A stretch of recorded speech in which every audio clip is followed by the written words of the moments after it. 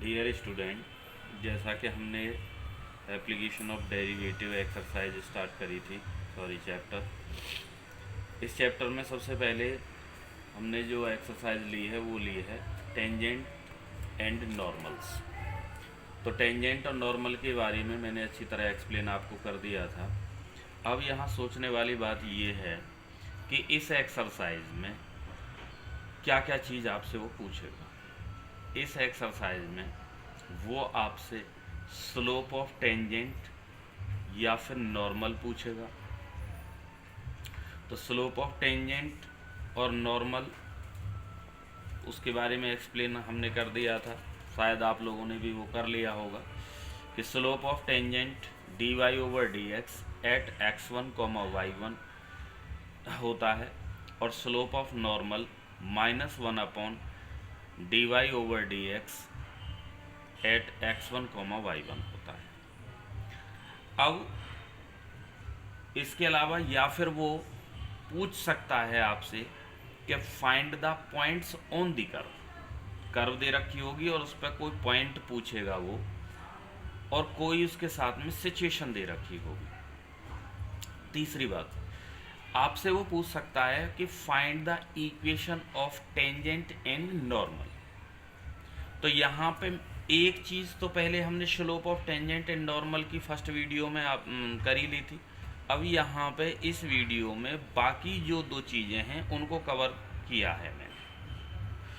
जैसे मैंने एक एग्जांपल लिया है कि find the point on the curve y equals to x cube minus 2x² minus x at which the tangent line, जो टेंजेंट लाइन है, आर पैरेलल है to line y equals to 3x minus 2।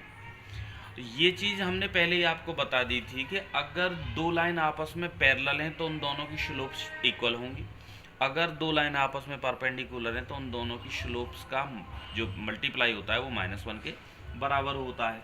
अब यहाँ पे situation क्या दे रखी है कि y equals to 3x minus 1 minus 2 जो लाइन है उसके पैरेलल है टेंजेंट। तो क्या काम करेंगे, सबसे पहले आप जो कर्व दी हुई है, ठीक है, क्या दी हुई है, y equals to x cube minus 2x² minus x, ये कर्व दी हुई है और लाइन क्या दी हुई है, y equals to 3x minus 2। So निकालना क्या है हमें, पॉइंट। तो हम ये मान करके चलें कि इस कर्व पे जो पॉइंट है वो p है x1 y1। देखो, let p x1 y1 be the point on the curve, ये मान लिया हमने। कर्व कौन सी है, y equals to x cube minus 2x² minus x. इसको आप डिफ्रेंशिएट कर दो x के रेस्पेक्ट, डिफ्रेंशिएट किया इसको, तो डिफ्रेंशिएट करने पर क्या मिलेगा, dy over d x equals to 3x² minus 4x minus 1, ये मिलेगा। स्लोप ऑफ टेंजेंट होता क्या है, स्लोप ऑफ टेंजेंट तो dy over d x at x1 y1 होता है, इक्वल्स टू क्या हो गया, x की जगह पे क्या रख दें, x1, तो 3x1² माइनस 4x1 माइनस 1 हो गया। देखो, टेंजेंट एट x1 y1 इस पॉइंट पर is parallel to line y equals to 3x minus 2। इस लाइन के पैरेलल है, इस लाइन के पैरेलल है, तो पैरेलल की सिचुएशन में हमें क्या है, स्लोप चाहिए। तो आप ये बताओ कि ये लाइन का इक्वेशन है तो इसमें स्लोप कितनी है। आपने पढ़ा था y equals to mx plus c पढ़ा था, तो m क्या होता था, स्लोप। तो अगर हम उससे कंपेयर करें तो यहाँ पे स्लोप कितनी है, 3 है ना, तो स्लोप ऑफ लाइन कितनी है, 3 है, स्लोप ऑफ लाइन 3 है। अच्छा जी, स्लोप ऑफ टेंजेंट ये हमारी निकल के आई थी कौन सी वाली, ये वाली। अब ये टेंजेंट की स्लोप हो गई और ये लाइन की स्लोप हो गई, क्योंकि दोनों आपस में पैरेलल है। तो slope of tangent at x1 y1 equals to slope of line होगी। हमने यहाँ पे इसको रखा, ठीक है, इस सिचुएशन को। तो जब हम इसको सॉल्व करेंगे तो फैक्टर करेंगे तो यहाँ पे x1 की वैल्यू आई 2 माइनस 2/3। क्लियर, कोई बहुत बड़ी बात नहीं है, सिंपल है, यहाँ तक आराम से समझ में आया होगा, कोई दिक्कत नहीं है। अच्छा जी, एक बात बताएं कि अगर पॉइंट x1 y1 लाई कर रहा है कर्व पे, तो ये कर्व के इक्वेशन को सेटिस्फाई करेगा। तो सीधी सी बात है, जो कर्व का इक्वेशन दे रखा है, कर्व दे रखी है, उसमें आप x और y की जगह पे क्या पॉइंट रख दो, x1 y1, तो ये क्या हो जाएगा, y1 equals to x1 cube minus 2x1² minus x1 हो जाएगा। अब आप क्या काम करें कि यहाँ पे x1 की वैल्यू हमारी 2 आई है, जब x इक्वल टू 2 है तो x1 2 है तो y1 कितना होगा, x1 को यहाँ पे रख दो, y1 जो भी आएगा, और वो आया -2, तो एक पॉइंट मिल गया ना आपको 2, -2। इसी तरीके से जब हम दूसरे वाले पॉइंट को रखेंगे तो x1 इक्वल टू -2y, 3 को रखेंगे तो y की वैल्यू हम आराम से निकाल सकते हैं जो भी निकल के आएगी इससे। तो ये दूसरी सिचुएशन हो गई कि अगर वो पॉइंट पूछे तो पॉइंट पूछे तो पूरा जो मेथड है वो ये होता है। सिचुएशन कोई ना कोई आपको दे रखी होगी। मैंने यहाँ पे एक नोट लिखा है कि जब पॉइंट पूछ रहा हो तो सिचुएशन क्या और दे सकता है, वो कह सकता है कि tangent is parallel to x axis, parallel to x axis. अगर टेंजेंट एक्स एक्सिस के पैरेलल है then dy over dx at x1, y1 क्या होगा, 0 होगा। तो सीधी सी बात है, जैसे यहाँ पे सिचुएशन रखी थी हमने, तो अगर वो एक्स एक्सिस के पैरेलल है तो जो dy ओवर dx निकाल रहे हो उसको 0 के साथ कंपेयर करके सॉल्व कर दो तो एक पॉइंट मिल जाएगा आपको, ठीक है। Tangent is parallel to y axis, अगर y एक्सिस के पैरेलल है तो dx over dy at x1, y1 equal to 0। तो सीधी सी बात ये है कि अगर वो x एक्सिस के पैरेलल कह रहा है तो आप x के रेस्पेक्ट डिफरेंशिएट कर दो। अगर वो y एक्सिस के पैरेलल कह रहा है तो किसके रेस्पेक्ट, y के रेस्पेक्ट डिफरेंशिएट करके उसको 0 रख दो। क्लियर। जैसे एक एग्जांपल और लिया है मैंने इसी का, ध्यान से देखिएगा कि find the point on the curve y equal to x³ at which the slope of the tangent is equal to, जो स्लोप ऑफ टेंजेंट है वो किसके इक्वल है, y coordinate of the point के y कोऑर्डिनेट के बराबर है। तो वही चीज़ क्या कहें कि let p(x1, y1) be the point on the curve. ठीक है, गिवन कर्व क्या है, y इक्वल टू x³, क्या करेंगे, डिफरेंशिएट करेंगे x के respect, dy over dx equal to 3x²। Slope of tangent क्या होता है, एट x1, y1, यहाँ पे वैल्यू रखेंगे, x की जगह पे x1 रखेंगे तो क्या आ गया, 3x1² आ गया। स्लोप ऑफ टेंजेंट किसके इक्वल है, y coordinate of the point, तो पॉइंट का y कोऑर्डिनेट क्या है, y1 है, तो 3x1² इक्वल टू किसके बराबर है, y1 के। देखो इसको मैं a कह दूँ। अब आप एक बात बताइए कि अगर ये पॉइंट लाई कर रहा है उस कर्व पे तो कर्व को सेटिस्फाई करेगा, इक्वेशन को उठा के x1 y1 रख दीजिए x और y की जगह पे, तो वो मैंने यहाँ पे रखा, ये इक्वेशन बी हो गया। इन दोनों इक्वेशन को सॉल्व कर दीजिए, देखो ये भी y1 की वैल्यू है, ये भी y1 की वैल्यू, दोनों को कंपेयर कर दें।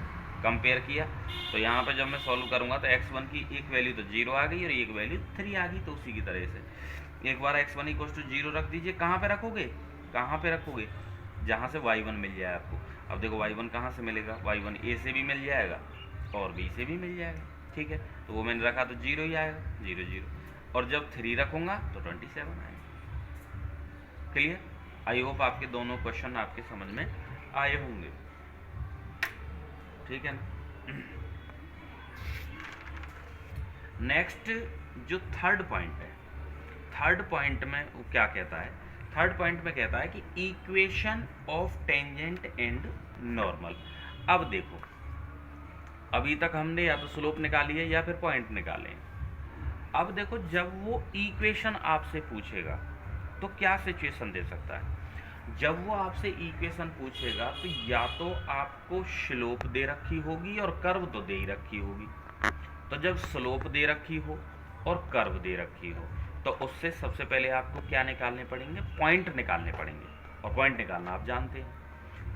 ऐसा हो सकता है कि कर्व तो देगा ही देगा, साथ में पॉइंट दे दे, तो कर्व और पॉइंट की हेल्प से स्लोप निकाल लेंगे, तब उसे सॉल्व करेंगे। तो इन दोनों सिचुएशन को समझने की कोशिश करें।